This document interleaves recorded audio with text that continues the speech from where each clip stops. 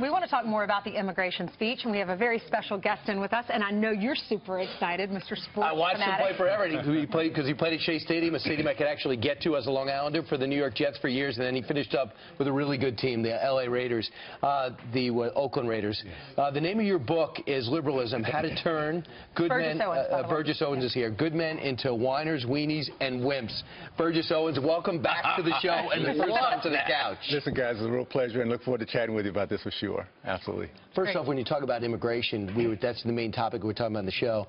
Donald Trump really mentioned that you should want to be an American, that you should assimilate, you should prove that you want to assimilate into the country. Has that been lacking? It's been lacking. Actually, the history of our country shows that those who assimilate best are the races that do the best in this country.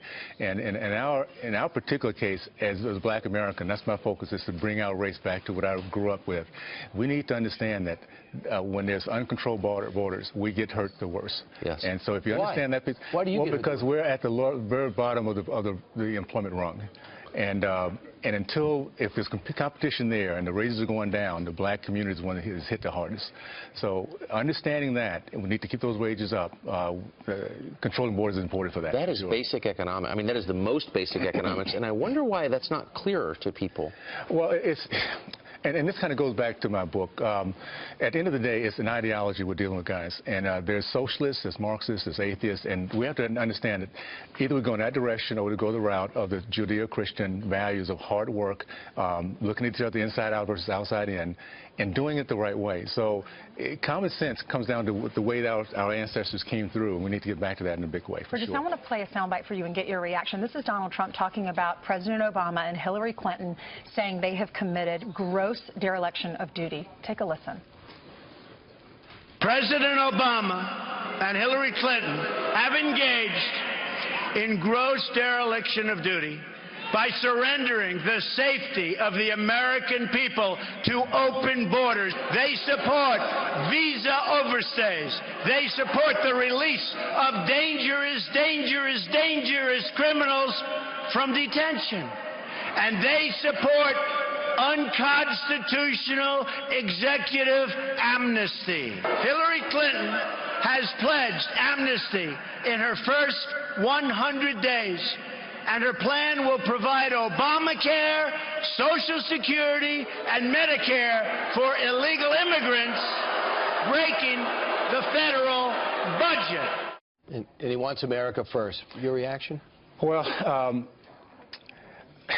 you know, it's when you start to understand that there's an ideology and that there's a Democratic Party that really is trying to transform our country, and it does that not by assimilation, it's not by the values that we've been brought up with and we've all grown up with, it's bringing people in that learn to become Democrats. And that to me is a very devious approach. There's a very hard heart to change our country, not by the way of growing and serving and living our country, learning our language, but actually bringing different ideologies into our country so that they can become dependent on the Democratic Party. It's a very long-term strategy, and it's working for them. And I think it's sad that we're at that point that we allow a party to do that. You know, if you talk about the southern border, that's the Hispanic vote. Something else is happening on Saturday. Donald Trump will be addressing an all-black church in Detroit and hopefully taking questions and trying to go directly to the African-American community. Is his outreach over the last 3 weeks, in your mind, working? I think it is. I think what's happening, there's actually three segments in our community. There are the elitists, and I call them the loyalty black class.